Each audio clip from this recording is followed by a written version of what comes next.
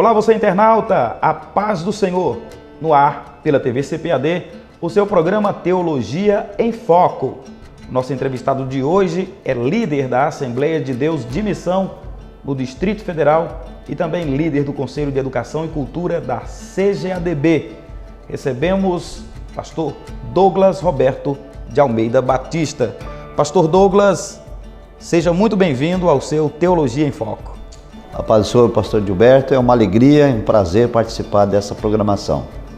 Pastor Douglas, o senhor é formado em várias áreas como teologia, filosofia e educação, tem mestrado em algumas áreas relacionadas à teologia e educação. A nossa entrevista de hoje tem como foco ética cristã. Vamos ao foco. Pastor Douglas, qual a importância da teologia para a ética cristã, para o estabelecimento, para a construção da ética cristã? Bem, a ética cristã, ela depende de um pressuposto. E para a ética cristã, o pressuposto é a teologia. No caso, a teologia cristã que tem a Bíblia Sagrada como única regra infalível de fé e conduta. Como a ética cristã trabalha com a conduta cristã, então o pressuposto tem que ser a Bíblia Sagrada, por ser ela a regra de fé da conduta, da praxis, do caráter e do viver diário do cristão. Então esse relacionamento da ética com a teologia se dá pelo pressuposto que é o mesmo. O pressuposto teológico e o pressuposto da ética é a Bíblia Sagrada. Sendo assim, então é impossível se fazer ética cristã sem considerar teologia. Exatamente. Não se pode desassociar a ética cristã da teologia, uma vez que o pressuposto é o mesmo. Quando nós relativizamos isto, quando nós abrimos mão da Bíblia Sagrada como pressuposto da ética cristã, nós saímos do contexto bíblico doutrinário e entramos para a relativização, o que não pode acontecer. E esse é o problema que nós estamos enfrentando hoje, essa crise de integridade, essa crise moral, essa crise de valores, essa crise ética é justamente porque estamos se afastando do pressuposto que é a Bíblia Sagrada. Em um trimestre próximo passado, o senhor foi comentarista de lições bíblicas que falou sobre valores cristãos. Bem, como é que um cristão pode tratar a questão das coisas que são legais e em contraponto o que é antibíblico? Por exemplo, algo está na lei, mas fere as escrituras sagradas, fere os princípios bíblicos. O cristão deve se comportar como diante de situação como essa? Bem, de fato, o cristão ele vive um conflito de cidadania, porque ao mesmo tempo em que nós somos cidadãos aqui desta terra, nós também somos cidadãos dos céus. E como cidadão dessa terra, nós temos a Constituição, nós temos as leis, nós temos os decretos, e como cidadão do céu, nós temos a Bíblia Sagrada. Então, nós vamos ter que decidir qual destas leis vamos seguir, quais destas leis vão ser a regra de fé ou a regra de conduta. No caso de uma lei que contraria um preceito bíblico, nós vamos voltar sempre ao contexto da própria narrativa das Escrituras. Quando, por exemplo, Pedro e João, após terem, em nome de Cristo, curado o aleijado lá na porta do templo em Jerusalém, eles foram levados pelas autoridades à prisão, lá eles foram açoitados e foram proibidos de falar o nome de Cristo. E aí a frase dita pelos apóstolos, que se imortalizou, foi a seguinte: nós não podemos deixar de falar o que vimos e ouvimos. Importa obedecer a Deus e não aos homens. Nesse sentido, então, quando há conflito da legislação em vigor com a palavra de Deus, o cristão faz opção pelas Escrituras. É o caso, por exemplo, do aborto. O aborto no Brasil, existem 3 cláusulas de exceção. É o aborto em caso de risco de estupro, em caso de anencefalia, em caso de risco de morte ou risco de vida para a mãe. Aí o cristão tem que tomar a decisão pelas Escrituras que prevê o início da vida desde a concepção. Mas há quem interprete, por exemplo, esse texto: é melhor obedecer a Deus do que aos homens, como um chamado a rebelar-se contra as leis estabelecidas no país? Os que fazem essa interpretação a fazem com um propósito de conduta inadequada, porque não é esse o sentido bíblico. Importa obedecer a Deus no sentido de não ferir os princípios, não mentir, não roubar. Há algumas coisas, por exemplo, que são legais, são previstas, mas não são morais. Então o cristão tem que fazer essa opção. Pode ser legal, mas não é moral. Então aquilo que não é moral, eu não pratico. É nesse sentido que o texto bíblico fala. Não de se rebelar contra a autoridade, de desobedecer às leis de modo proposital, até mesmo em contradição à própria Escritura, porque a palavra de Deus ensina que o cristão deve estar submisso às autoridades constituídas, desde que essas autoridades não obriguem o cristão a negar a fé ou viver de acordo com o preceito secularista em detrimento da doutrina bíblica. Então, bom senso e a moralidade seriam uma espécie de filtros? Com certeza. Porque Jesus, certa feita, perguntaram se era para pagar tributo a César ou não, e ele assim deu uma lição, trouxeram uma moeda até ele, e ele disse que era para dar a César o que era de César e a Deus o que era de Deus, dando lições, na verdade, que é necessário que sejam obedecidas as leis humanas. Com certeza. É o cidadão ético, o cristão que preza por sua conduta de acordo com as Escrituras, ele precisa dar exemplo de comportamento social também, cumprindo as leis, declarando seus impostos, pagando as suas responsabilidades fiscais e atentando para toda a norma vigente, tendo como filtro o bom senso e as Escrituras Sagradas para a decisão final da sua tomada de conduta. Nós vamos para um breve intervalo e já estamos de volta com o seu Teologia em Foco.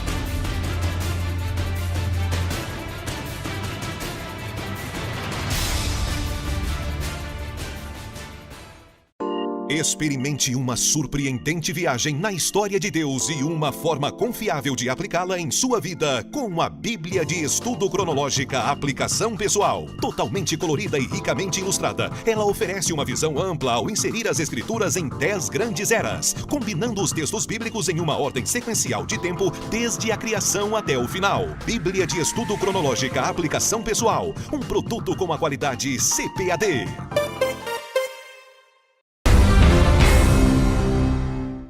Pastor Douglas, algumas questões relacionadas à ética e moral estão muito em alta. Uma delas é a questão relacionada à sexualidade.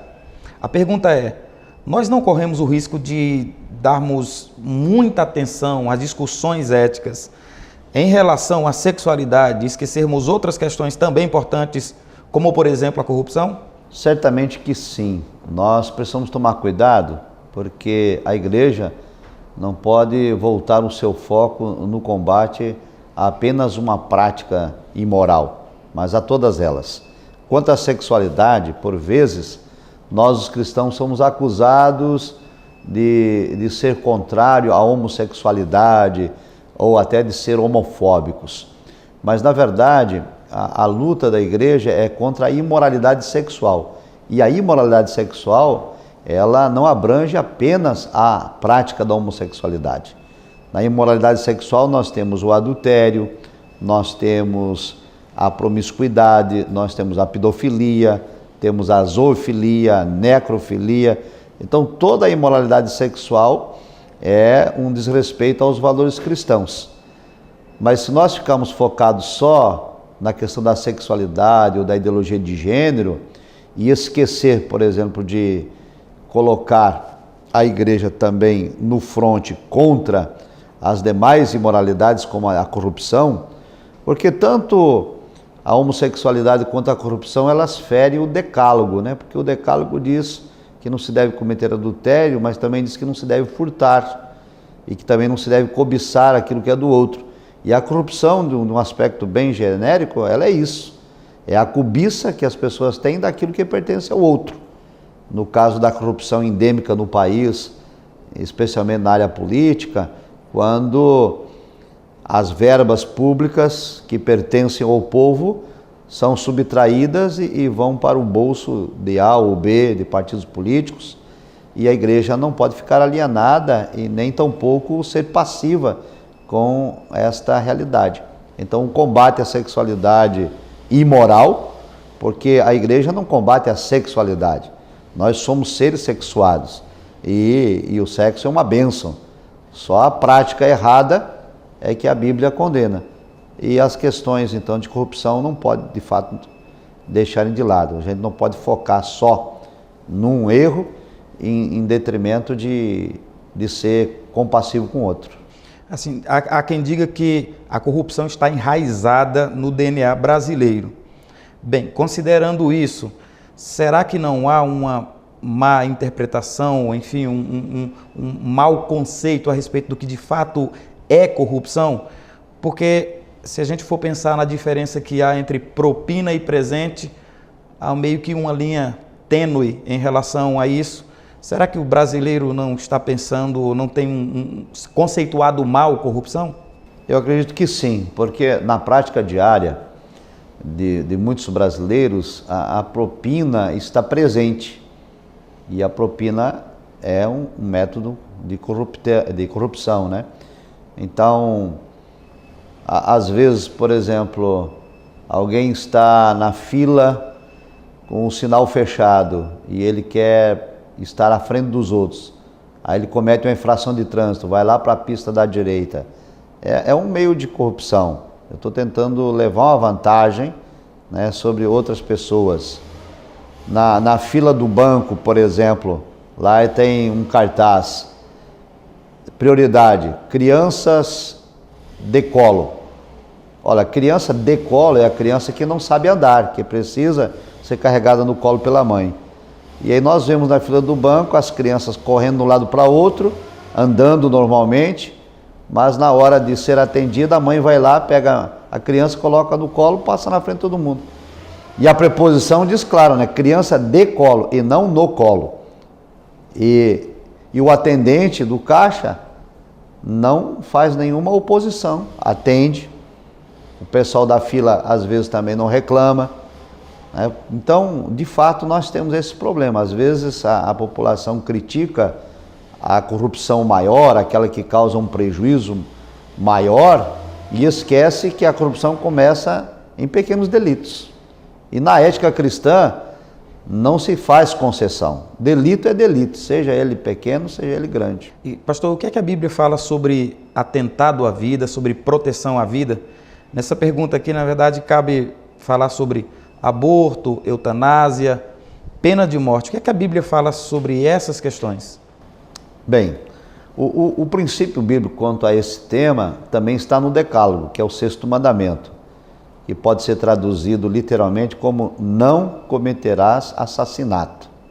Então, eu não tenho o direito, biblicamente, de tirar a vida nem do outro, nem a minha própria, nem de quem já nasceu e nem de quem ainda está em formação no ventre da mãe. Então, o posicionamento bíblico e ético é contra qualquer supressão da vida, seja do aborto, seja do homicídio, seja da eutanásia ou do suicídio, porque a vida ela foi outorgada por Deus e somente Deus tem o poder de dar e poder de tomar de volta. Então, o posicionamento ético é contrário a qualquer tipo de apologia à morte, sempre a favor da vida. Recentemente, inclusive, o senhor esteve no Supremo Tribunal Federal representando a CGADB. Como foi essa participação da CGADB e como tem sido o desenrolar dessa discussão no país e como foi o evento lá? Bem, esse evento aconteceu agora no dia 6 de agosto, uma ação que foi movida pelo PSOL, um partido político, requerendo que o Supremo Tribunal Federal descriminalize o aborto até a 12ª semana da gestação, ou seja, até o 3º mês. As mulheres teriam o direito de abortar seus filhos sem que isso fosse considerado crime. Na verdade, um meio contraceptivo. Engravida, não está enquadrado em nenhuma daquelas 3 cláusulas de exceção que a gente já citou aqui, do estupro, do risco de vida da mãe e de criança com anencefalia no ventre. Não está enquadrado em nenhuma dessas 3 causas, mas a mãe, por alguma razão, decide abortar. E houve então essa audiência pública convocada pelo Supremo Tribunal Federal e eu tive a honra, a felicidade e a responsabilidade de representar a CGADB apresentando à Suprema Corte o posicionamento da Igreja. O nosso posicionamento quanto à questão legal, o nosso posicionamento quanto à questão ética e também quanto à questão teológica. O posicionamento da Igreja, então, foi muito claro. A Igreja é a favor da vida, contra a cultura da morte, e nós defendemos a doutrina da concepção, ou seja, a vida tem início na concepção. Quando o gameta masculino fecunda o óvulo feminino, ali forma a primeira célula chamada zigoto, a vida está presente. Então, se ali já existe vida, não há possibilidade nenhuma de suprimir essa vida por meio do aborto. E quanto aos resultados do que aconteceu na audiência? Olha, nós saímos de lá com uma esperança de que o Supremo Tribunal Federal não vá aprovar. Eu confesso que antes da audiência, a expectativa era de que o Supremo não seria convencido do contrário. Mas as manifestações foram muito boas, apesar de que houve grupos que aprovaram a ideia do aborto, mas principalmente algumas exposições que desconstruíram os dados. Ficou comprovado nessa audiência pública que os dados estatísticos que falam sobre o aborto no Brasil são maquiados, manipulados e não são passíveis de nenhuma comprovação. Então, quando esses dados foram desconstruídos, alguns ministros se pronunciaram, não de forma oficial ainda, mas com posicionamentos que levam-nos a acreditar que o aborto não vai ser aprovado. Amigo internauta, nós vamos para mais um breve intervalo e já já nós estamos de volta com Teologia em Foco, entrevistando o pastor Douglas Batista.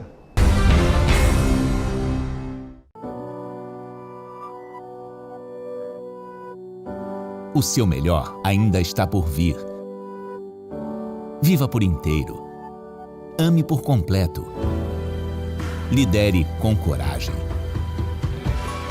De Brian Houston, fundador e pastor da igreja Hillsong. Viva, ame, lidere. Um produto com a qualidade CPAD.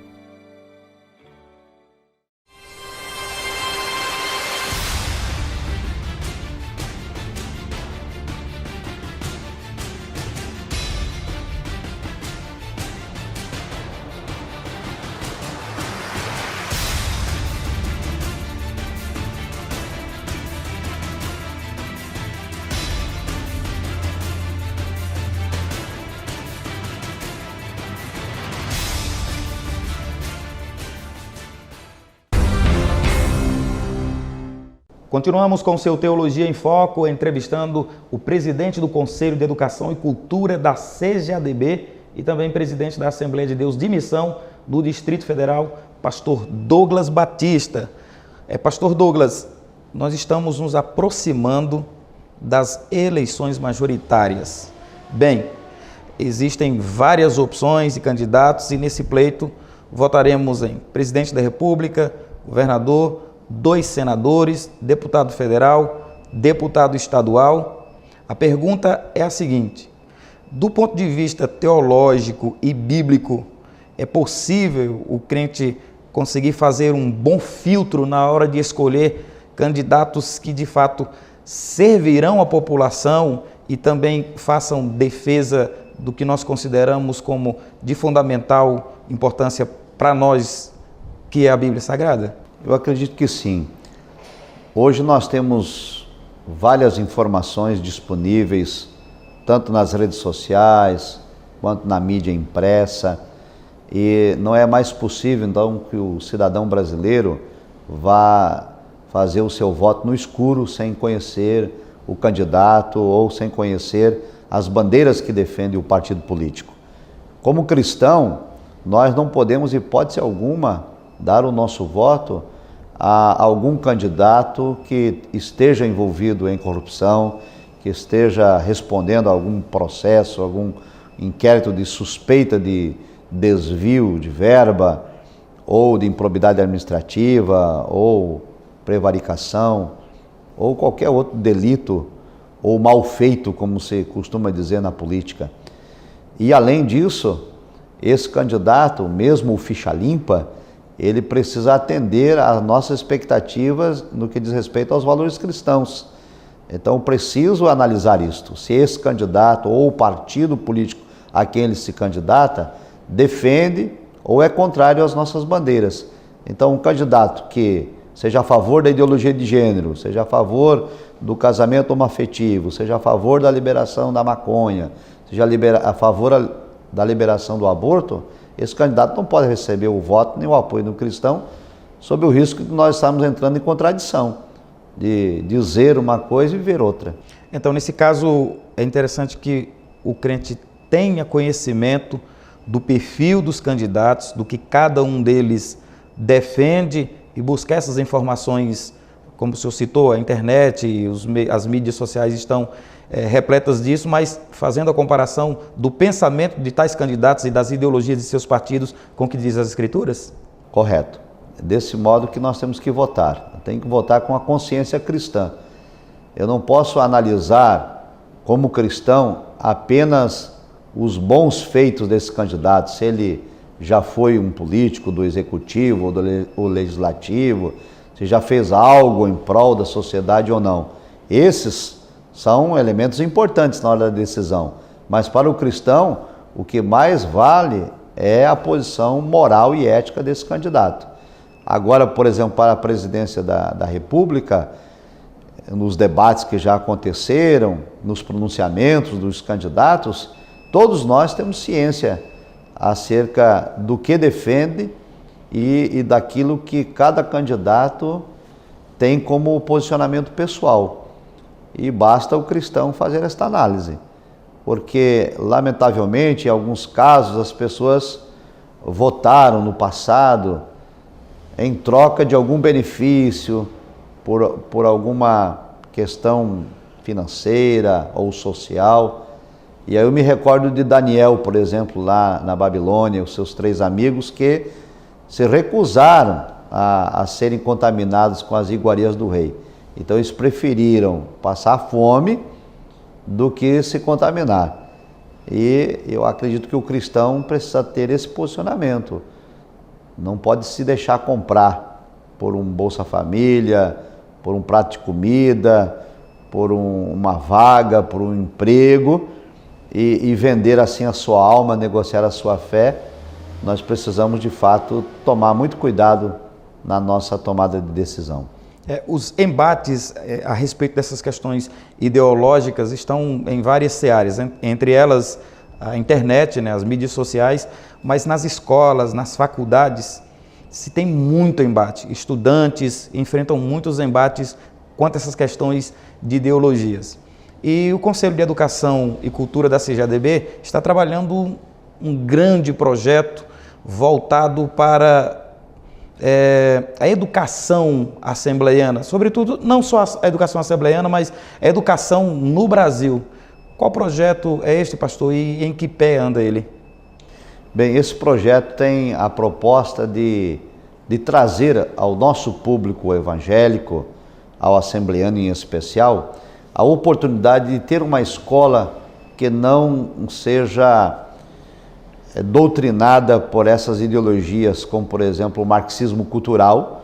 O Estado brasileiro está aparelhado com essa doutrinação do marxismo cultural nas escolas públicas, nas universidades federais, estaduais. Esta é a razão, no caso, de se defender o escola sem partido. Exatamente.